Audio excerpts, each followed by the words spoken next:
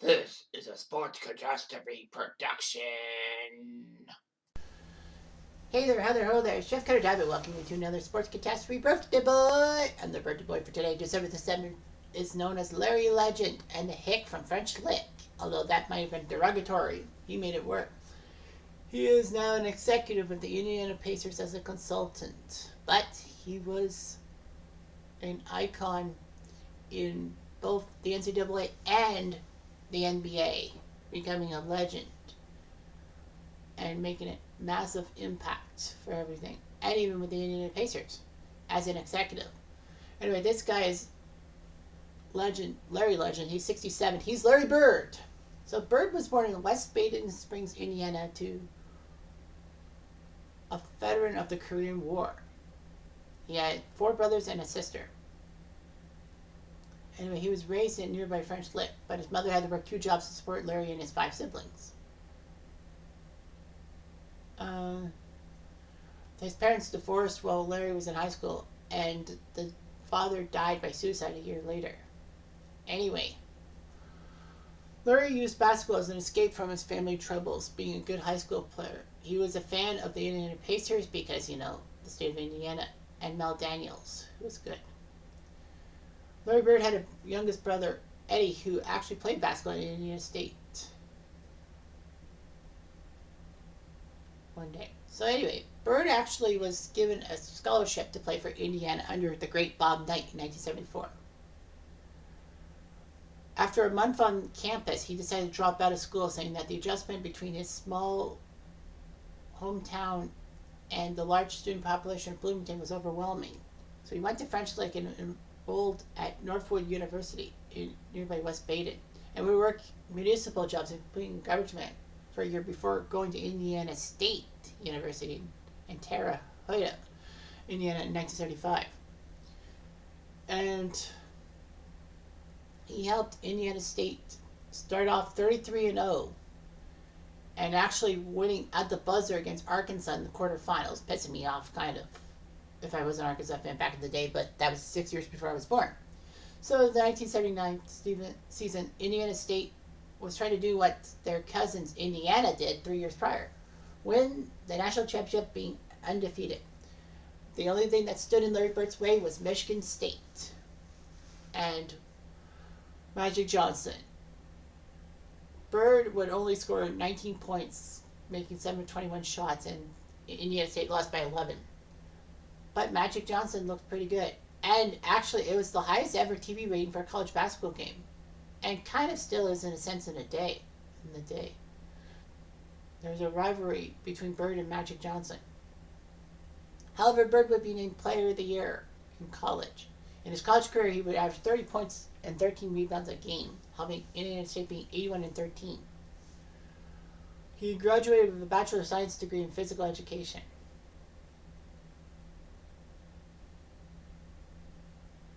So, anyway, he was selected by the Celtics with a 6th pick in the 1978 NBA draft, when he could have a futures contract. So anyway, he did not actually sign with the Celtics immediately. He decided to play out his final year at Indiana State and help them win the title game. Celtics GM Red Auerbach said he will not pay Bird more than any other Celtic on the current roster. But his agent said he would go enter the 79 NBA draft, and said that Bird would probably be the first pick. After negotiations, Bird signed a 5-year, $3.25 million contract, making him the highest paid rookie in sports history. However, NBA draft eligibility rules were changed that prevented teams from drafting players before they were ready to sign, a rule known as the Bird Collegiate Rule. Regardless, Bird helped the Celtics into a title contender in his rookie season.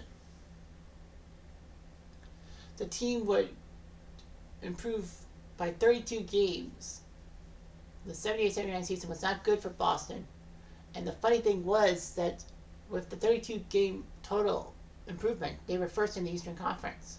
His debut, he scored a double-double, 14 points, 10 rebounds against the Rockets. He would have a triple-double a month later.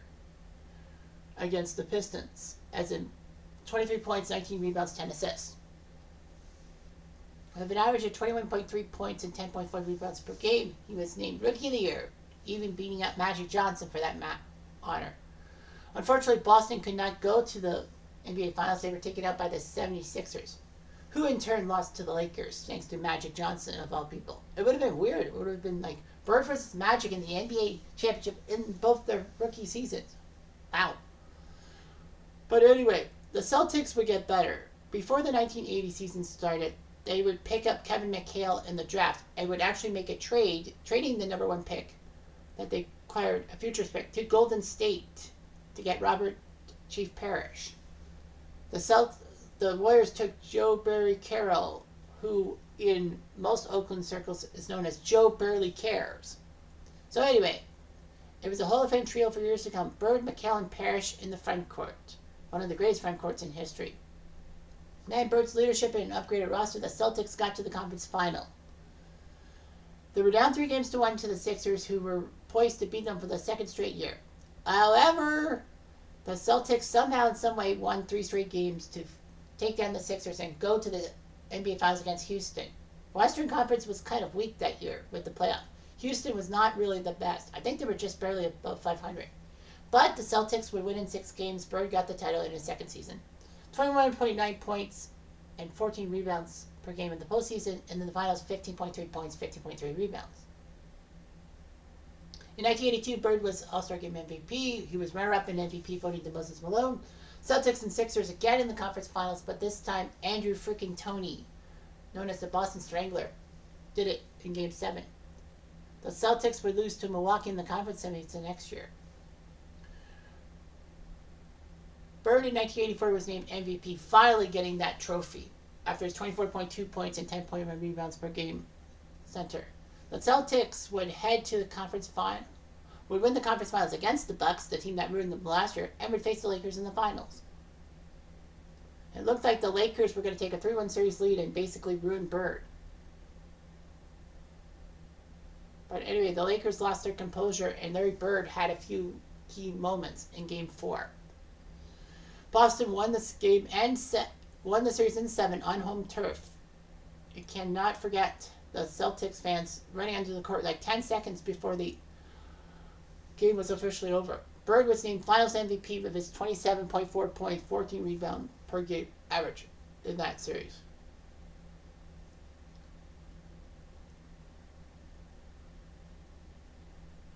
Anyway, Bird would do fantastic in the 84-85 season, being named MVP again, scoring 28.7 points, 10.5 rebounds per game. Boston would march through, face the Lakers in the finals rematch, win Game 1 in what was called the Memorial Day Massacre, but the Lakers bounced back and win in 6 games, and finally the Lakers beat the Celtics in a final series. Unfortunately, though, Bird, while trying to create a driveway at his mom's place, actually injured his back shuffling crushed rock. And then that partially led to his back problems, which did not help his career. But in 85-86, the Celtics made a daring move, getting Bill Walton, All-Star center, who was injury-prone. However, Bill Walton helped the Celtics win 67 games, which wasn't the record, but it was pretty good. Anyway, Bird did a lot of good things on the court. And then with his 25.8 points, 9.8 rebounds per game, and the fact that the Celtics were good, he ended up winning his 3rd straight MVP. The Celtics looked good in the playoffs. First 3 rounds of the Eastern road to the playoffs, 1 loss. However, it would take 6 games, not a sweep or even 5, to take down the Rockets this time. Houston was wiser and all that. But Bird did put up 24 points, 9.7 rebounds, 9.5 assists in the finals to take down that Rockets. A lot of people said that the 86 Celtics are the number 1 squad around in history. I don't think so. Regardless, in 1987, the Celtics and Pistons would face each other in a tough conference finals, and Larry Bird was a legend because the Pistons were up by 1. They had the inbound pass. All they had to do was just keep it inbounds. But unfortunately, Bill Laimbeer bobbled it, and Bird stole the pass and gave it to a cutting Dennis Johnson, who hit the layup with less than a second left. Celtics won that game. They would take on the 65-win Lakers squad that were dominant. And they were. Lakers won in 6 games. Bird tried his best, 24 points per game, but failed. In 1988, the Celtics again went to the conference finals, mostly after Bird's performance against Dominique Wilkins and the Hawks in Game 7 of that second round series, which was one of the best duels of all time. But the Pistons would win the conference finals this time in 1988 in 6 games. So anyway, lots of people would watch Celtics Lakers games because of how contrasting styles, and of course Bird versus Magic. So anyways, a marquee matchup and all of that.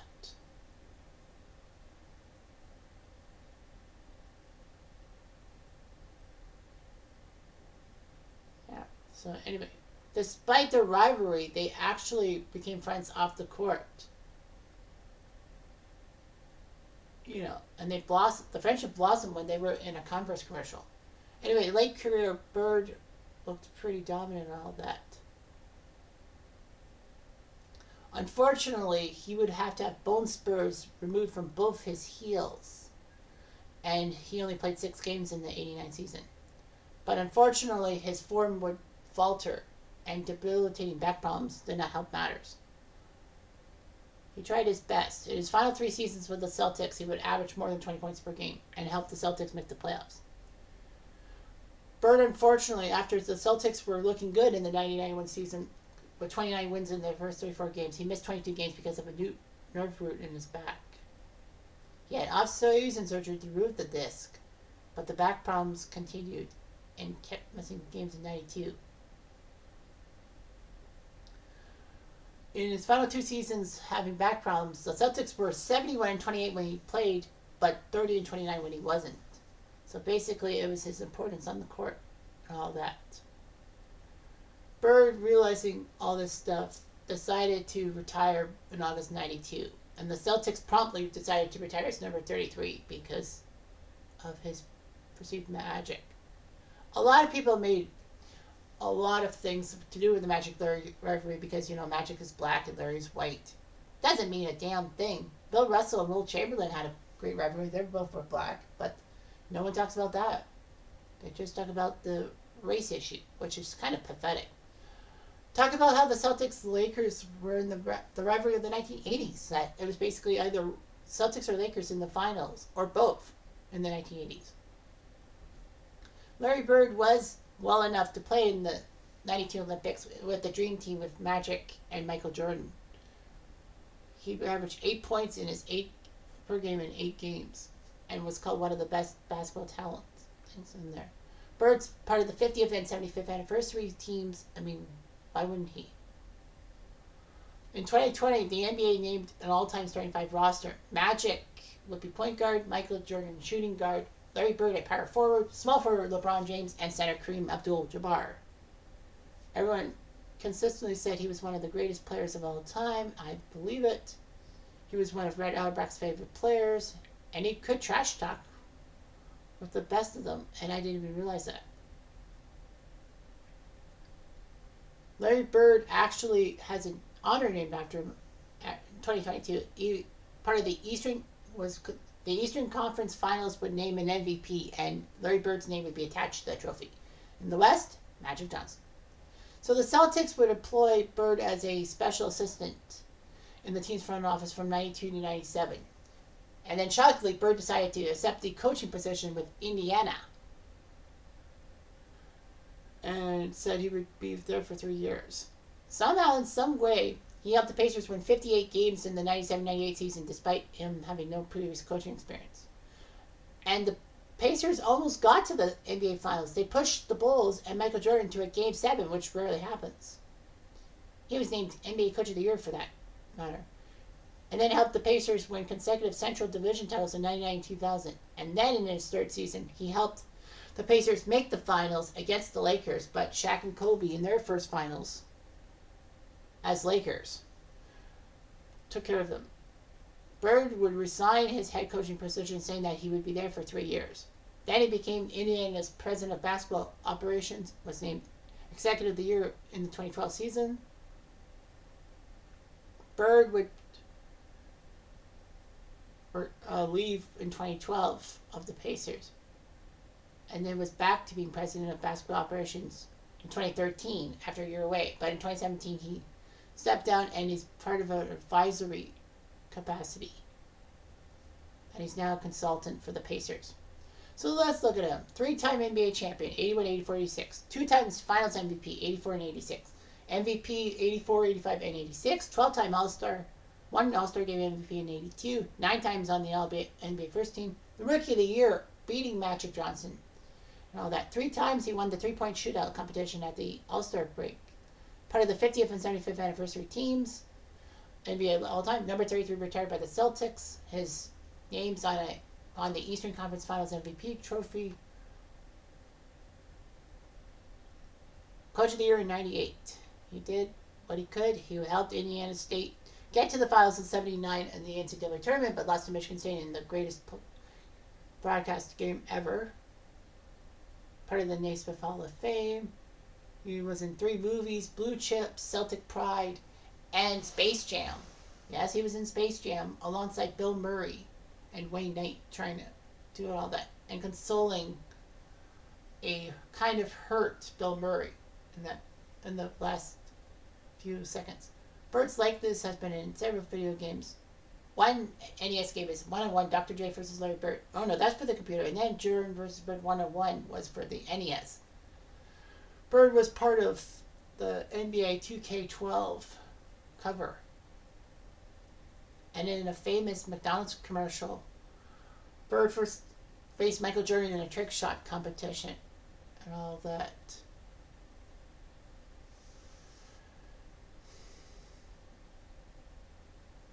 And, you know, Twitter's logo, when it was the bird, was named Larry and all that. Bird had married someone and then had a daughter with her. But then Bird would marry in 1989, having 2 adopted children. So his career, 897 games, 24.3 points per game, 10 rebounds per game. His career between 1979 and 92, all with the Celtics.